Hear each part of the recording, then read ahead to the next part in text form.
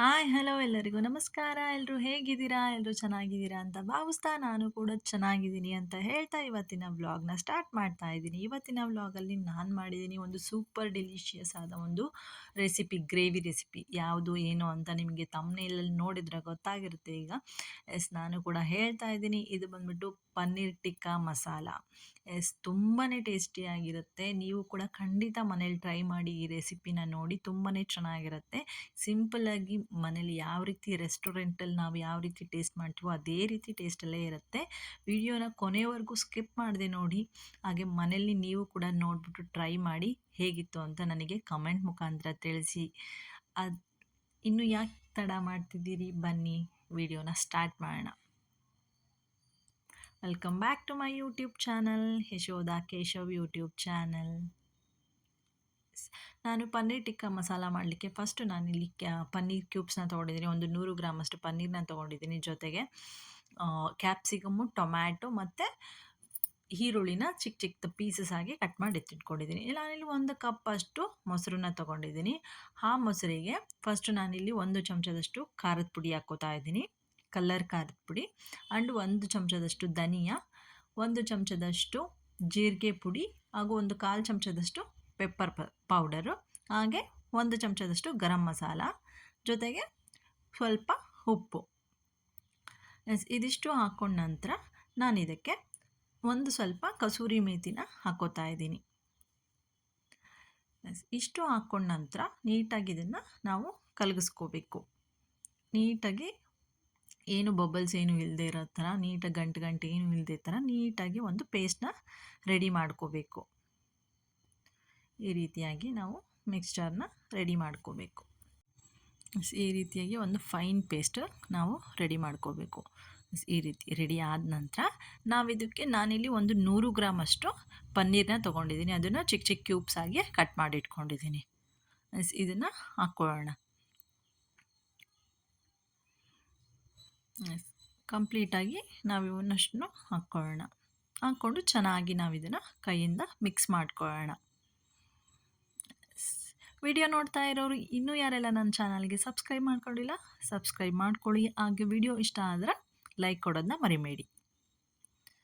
ಹಾಗೆ ಈ ರೆಸಿಪಿ ನಿಮಗೆಲ್ಲ ಇಷ್ಟ ಆದರೆ ಇದನ್ನು ನಿಮ್ಮ ಫ್ರೆಂಡ್ಸ್ ಜೊತೆ, ಫ್ಯಾಮಿಲಿ ಜೊತೆ ಶೇರ್ ಮಾಡ್ಕೊಳ್ಳಿ. ನೀಟಾಗಿ ಮಿಕ್ಸ್ ಮಾಡ್ಕೊಂಡ ನಂತರ ನಾನು ಇದಕ್ಕೆ ಕ್ಯಾಪ್ಸಿಕಮ್ಮು, ಈರುಳ್ಳಿ ಮತ್ತು ಟೊಮ್ಯಾಟೊ ಏನು ಚಿಕ್ಕ ಚಿಕ್ಕ ಪೀಸಸ್ ಹಾಕಿ ಕಟ್ ಮಾಡಿ ಇಟ್ಕೊಂಡಿದ್ನಲ್ಲ ಅದನ್ನು ಕೂಡ ಹಾಕ್ಕೊಂಡು ಚೆನ್ನಾಗಿ ಮಿಕ್ಸ್ ಮಾಡ್ಕೋಬೇಕು, ಮ್ಯಾರಿನೇಟ್ ಮಾಡ್ಕೋಬೇಕು. ನೀಟಾಗಿ ಅದೆಲ್ಲ ಅಬ್ಸರ್ವ್ ಮಾಡ್ಕೊಳ್ಳೋ ಥರ ನಾವು ನೀಟಾಗಿ ಎಲ್ಲದಕ್ಕೂ ಮಸಾಲೆ ಎಲ್ಲ ಅಂಟೋ ಥರ ನೀಟಾಗಿ ಮ್ಯಾರಿನೇಟ್ ಮಾಡಿ ಎತ್ತಿಡ್ಕೋಬೇಕು. ಈ ರೀತಿಯಾಗಿ ಸ್ಪೂನಲ್ಲಿ ಮಾಡಿದ್ರೆ ನೀಟಾಗಿ ಮಿಕ್ಸ್ ಆಗಲ್ಲ ಎಲ್ಲದ್ರ ಜೊತೆ ಅಂತ ಕೈಯಲ್ಲೇ ಮಾಡಿಕೊಂಡ್ರೆ ಚೆಂದ. ಇದು ಮಿಕ್ಸ್ ಮಾಡ್ಕೊಂಡ್ಮೇಲೆ ನಾವು ಇದಕ್ಕೆ 1 ಚಮಚದಷ್ಟು ಎಣ್ಣೆನ ಮೇಲ್ಗಡೆ ಹಾಕ್ಕೋಬೇಕು. ಚೆನ್ನಾಗಿ ಹಾಕ್ಕೊಂಡ್ಬಿಟ್ಟು ಇನ್ನೊಂದ್ಸಲಿ ನಾವು ಮಿಕ್ಸ್ ಮಾಡ್ಕೊಳ್ಳೋಣ ನೀಟಾಗಿ. ಈ ರೀತಿ ನಾವು ಮಿಕ್ಸ್ ಮಾಡಿಕೊಂಡು ಒಂದು 2 ಮಿನಿಟ್ಸ್ ನಾವು ಹಾಗೆ ಇಟ್ಟಿರೋಣ. ಇದಾದ ನಂತರ ನಾವು ಒಂದು ಪ್ಯಾನ್ನ ಇಟ್ಕೊಂಡ್ಬಿಟ್ಟು ಅದಕ್ಕೆ 1-2 ಚಮಚ ಎಣ್ಣೆನ ಹಾಕ್ಕೊಳ್ಳೋಣ.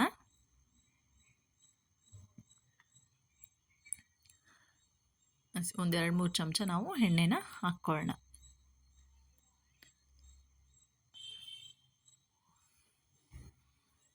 ಈ ರೀತಿ ಎಣ್ಣೆ ಎಲ್ಲ ಹಾಕ್ಕೊಂಡ ನಂತರ ಇದು ಎಣ್ಣೆ ಕಾದ ನಂತರ ನಾವೀಗ ಏನು ಮ್ಯಾರಿನೇಟ್ ಮಾಡಿ ಇಟ್ಕೊಂಡಿರೋ ಪನ್ನೀರ್ ಕ್ಯೂಬ್ಸ್ದು ಅದನ್ನು ನಾವು ಇದಕ್ಕೆ ಹಾಕ್ಕೊಳ್ಳೋಣ. ಈ ರೀತಿ ನಾವು ಅಷ್ಟನ್ನು ನಾವು ಹಾಕ್ಕೊಳ್ಳೋಣ. ಫಸ್ಟು ನಾವು ಇದನ್ನು ಡ್ರೈ ರೋಸ್ಟ್ ಮಾಡ್ಕೋಬೇಕು. ಟೇಸ್ಟ್ ಮಾತ್ರ ತುಂಬಾ ಚೆನ್ನಾಗಿರುತ್ತೆ. ಸೇಮ್ ನಾವು ರೆಸ್ಟೋರೆಂಟಲ್ಲಿ ಯಾವ ರೀತಿ ಟೇಸ್ಟ್ ಮಾಡ್ತೀವೋ ಅದೇ ರೀತಿ ಟೇಸ್ಟಲ್ಲೇ ಬಂದಿರುತ್ತೆ. ಸೊ ಖಂಡಿತವಾಗಿ ನೀವು ಕೂಡ ಮನೇಲಿ ಟ್ರೈ ಮಾಡಿ ಹೇಗಿತ್ತು ಅಂತ ನನಗೆ ಕಮೆಂಟ್ ಮುಖಾಂತರ ತಿಳಿಸಿ. ಇದೇ ರೀತಿ ಒಳ್ಳೊಳ್ಳೆ ರೆಸಿಪೀಸ್ನ ನಾನು ನಿಮ್ಮ ಜೊತೆ ಶೇರ್ ಮಾಡ್ಕೋತಾ ಇರ್ತೀನಿ. ವಿಡಿಯೋ ನೋಡ್ತಿರೋರು ಯಾರು ನನ್ನ ಚಾನಲ್ಗೆ ಇನ್ನೂ ಸಬ್ಸ್ಕ್ರೈಬ್ ಮಾಡ್ಕೊಂಡಿಲ್ಲ, ಸಬ್ಸ್ಕ್ರೈಬ್ ಮಾಡ್ಕೊಳ್ಳಿ. ನೀಟಾಗಿ ಈ ರೀತಿಯಾಗಿ ಚೆನ್ನಾಗಿ ಅದು ಆಯಿಲೆಲ್ಲ ಸಪ್ರೇಟಾಗಿ ಮಸಾಲೆ ಎಲ್ಲ ಅಬ್ಸರ್ವ್ ಆಗಿರುತ್ತೆ. ಈ ರೀತಿ ಚೆನ್ನಾಗಿ 1-2 3 ನಿಮಿಷ ಚೆನ್ನಾಗಿ ನಾವು ಹುರ್ಕೋಬೇಕು. ಕಂಪ್ಲೀಟಾಗಿ ಇದು ರೆಡಿ ಆಗಿದೆ. ಕಲರ್ ಚೇಂಜ್ ಆಗುತ್ತೆ, ಒಂದು ಬ್ರೌನ್ ಕಲರ್ ಆಗಿ ಇದು ಟರ್ನ್ ಆಗುತ್ತೆ. ಸೊ ಅಲ್ಲಿ ತನಕ ನಾವು ಇದನ್ನು ಹುರ್ಕೋಬೇಕು. ಹುರ್ಕೊಂಡ ನಂತರ ನಾವು ಇದನ್ನು ಒಂದು ಪ್ಲೇಟಿಗೆ ತಕ್ಕೊಂಬೇಡ. ತಕ್ಕೊಂಡ ನಂತರ ಇದೇ ಒಂದು ಉರಿತಿರೋ ಪ್ಯಾನಿಗೆ ನಾನಿಲ್ಲಿ ಇನ್ನೂ ಒಂದೆರಡು ಚಮಚ ಎಣ್ಣೆನ ಹಾಕ್ಕೊಂಡ್ಬಿಟ್ಟು ಕಾದ ನಂತರ ಇದಕ್ಕೆ ಒಗ್ಗರಣೆ ಮಸಾಲೆನ ರೆಡಿ ಮಾಡ್ಕೊತೀನಿ. ಇದಕ್ಕೆ ಜೀರಿಗೆನ ಹಾಕ್ಕೊಳ್ಳೋಣ. ಜೀರಿಗೆ ಸಿಡಿದ ನಂತರ ನಾನಿಲ್ಲಿ 2 ಮೀಡಿಯಮ್ ಸೈಜ್ ಈರುಳ್ಳಿನ ಸಣ್ಣ ಸಣ್ಣದಾಗಿ ಕಟ್ ಮಾಡಿಟ್ಕೊಂಡಿದ್ದೀನಿ, ಅದನ್ನು ಕೂಡ ಹಾಕ್ಕೋತಾ ಇದ್ದೀನಿ. ಸ್ವಲ್ಪ ಕಲರ್ ಚೇಂಜ್ ಆಗೋವರೆಗೂ ನಾವು ಹುರ್ಕೊಳ್ಳೋಣ. ಇದು ಗ್ರೇವಿ ಬರಲಿಕ್ಕೆ ನಾವು ಮಾಡ್ಕೊತಿರೋ ಮಸಾಲ. ನಾವು ಸೈಡ್ ಡಿಶ್ ಆಗಿ ತಿನ್ಕೋಬೋದು, ಅಂದರೆ ನಾವೀಗ ಏನು ಮಾಡಿದ್ವಲ್ಲ ಅಷ್ಟನ್ನೇ ನಾವು ಮಾಡ್ಕೋಬೋದು. ನಾವು ಗ್ರೇವಿ ಚಪಾತಿಗೆ ಪರಾಟಾಗೆ ಮಾಡ್ಕೊಳ್ಳೋದಾದರೆ ಈ ರೀತಿ ಗ್ರೇವಿ ಮಾಡ್ಕೋಬೇಕಾಗತ್ತೆ. ಸೊ ಇದಕ್ಕೆ ನಾನಿಲ್ಲಿ 1 ಚಮಚದಷ್ಟು ಶುಂಠಿ ಬೆಳ್ಳುಳ್ಳಿ ಪೇಸ್ಟ್ನ ಹಾಕೋತಾ ಇದ್ದೀನಿ. ಇದಿಷ್ಟು ಚೆನ್ನಾಗಿ ಕಲರ್ ಚೇಂಜ್ ಆಗೋವಷ್ಟು ನಾವು ಬಾಡಿಸ್ಕೋಬೇಕು. ಇದಕ್ಕೆ ಸ್ವಲ್ಪ ಹಿಂಗು ಕೂಡ ಹಾಕೋತಾ ಇದ್ದೀನಿ. ಕಲರ್ ಚೇಂಜ್ ಆಗೋವಷ್ಟು ನಾವು ಇದನ್ನು ಬಾಡಿಸ್ಕೋಬೇಕು. ಇದು ಬ್ರೌನ್ ಕಲರಿಗೆ ಟರ್ನ್ ಆಗಿದೆ. ಇದಕ್ಕೆ ನಾನೀಗ 1 ಮೀಡಿಯಮ್ ಸೈಜ್ ಟೊಮ್ಯಾಟೋನ ನಾನಿಲ್ಲಿ ಪ್ಯೂರಿ ಮಾಡ್ಕೊಂಡಿದ್ದೀನಿ, ಟೊಮ್ಯಾಟೊ ರುಬ್ಬಿ ಪೇಸ್ಟ್ನ ಮಾಡ್ಕೊಂಡಿದ್ದೀನಿ, ಅದನ್ನು ಈಗ ಹಾಕ್ಕೊಂಡಿದ್ದೀನಿ. 1 ಮೀಡಿಯಮ್ ಸೈಜ್ ಟೊಮ್ಯಾಟೊ ತೊಗೊಂಡಿದ್ದೀನಿ ನಾನು. ಇದನ್ನು ಕೂಡ ನಾವು ಚೆನ್ನಾಗಿ ಬಾಡಿಸ್ಕೋಬೇಕು. ಸ್ವಲ್ಪ ಕುದಿ ಬರೋ ತನಕ ನಾವು ಇದನ್ನು ಬಾಡಿಸ್ತಾ ಇರಬೇಕು. ಸ್ವಲ್ಪ ಕುದಿ ಬಂದ ಮೇಲೆ ನಾನು ಇದಕ್ಕೆ ಸ್ಪೈಸಸ್ನ ಆ್ಯಡ್ ಮಾಡ್ತೀನಿ. ಫಸ್ಟು ನಾನಿಲ್ಲಿ ಉಪ್ಪನ್ನ ಹಾಕ್ಕೊತಿದ್ದೀನಿ. ಫಸ್ಟ್ ಉಪ್ಪು ಹಾಕಿರ್ತೀವಿ, ಇದಕ್ಕೆ ನೋಡಿಕೊಂಡು ನಾವು ಉಪ್ಪನ್ನ ಹಾಕ್ಕೋಬೇಕಾಗತ್ತೆ. ಇದಕ್ಕೆ 1 ಚಮಚದಷ್ಟು ಖಾರ ಇರೋವಂಥ ಖಾರದ ಪುಡಿ ಹಾಕ್ಕೋತಾ ಇದ್ದೀನಿ. ಹಾಗೆ 1 ಚಮಚದಷ್ಟು ಧನಿಯಾ ಪೌಡರು, ಹಾಗೆ ಸ್ವಲ್ಪ ಅರಿಶಿನನೂ ಕೂಡ ಹಾಕ್ಕೋಬೇಕು. ಇದಿಷ್ಟು ಹಾಕ್ಕೊಂಡ ನಂತರ ಚೆನ್ನಾಗಿ ನಾವು ಇದನ್ನು ಮಿಕ್ಸ್ ಮಾಡ್ಕೋಬೇಕು.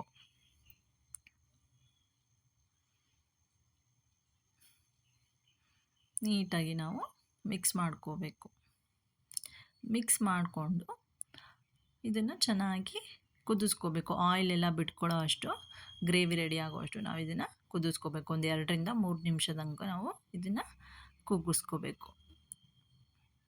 ಇದೆಲ್ಲ ಆಯಿಲ್ ಸಪ್ರೇಟ್ ಆಗಿದೆ, ನೀವು ನೋಡ್ಬೋದು. ಇದಿಷ್ಟು ಬೆಂದ ನಂತರ ಚೆನ್ನಾಗಿ ನಾವೇನು ಡ್ರೈ ರೋಸ್ಟ್ ಮಾಡಿಟ್ಕೊಂಡ್ರೋ ಪನ್ನೀರ್ ಕ್ಯಾಪ್ಸಿಕಮ್ ಈರುಳ್ಳಿನ ಇದಕ್ಕೆ ಹಾಕ್ಕೊಳ್ಳೋಣ. ಈ ರೀತಿ ಹಾಕ್ಕೊಂಡ್ಬಿಟ್ಟು ನಾವು ಇದನ್ನು ಚೆನ್ನಾಗಿ ಮಿಕ್ಸ್ ಮಾಡ್ಕೊಳ್ಳೋಣ.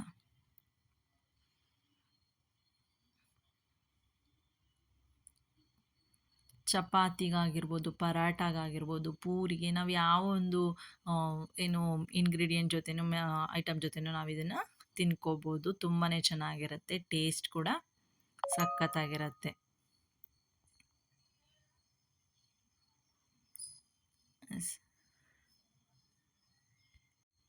ಇದಕ್ಕೆ ನಾವು ಒಂದು 1/4 ಕಪ್ಪಷ್ಟು ನೀರನ್ನ ಹಾಕ್ಕೊಳ್ಳೋಣ.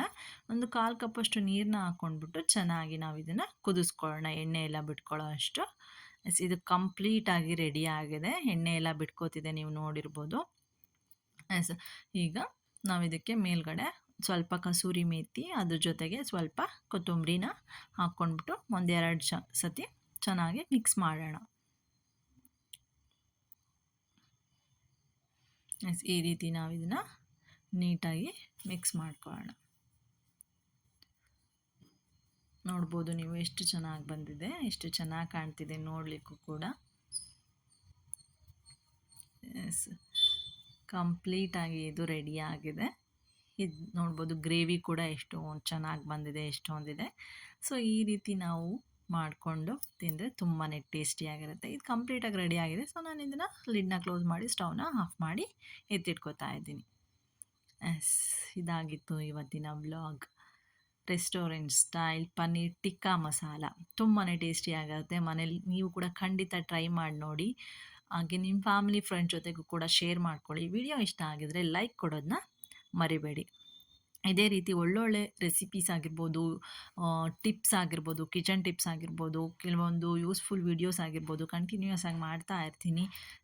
ನೀವು ಇದೇ ರೀತಿಯಾಗಿ ಸಪೋರ್ಟ್ ಮಾಡ್ತಾ ಇರಿ. ಹಾಗೆ ನನ್ನ ಚಾನಲ್ಗೆ ಸಬ್ಸ್ಕ್ರೈಬ್ ಮಾಡ್ಕೊಳ್ಳೋದನ್ನ ಮರಿಬೇಡಿ.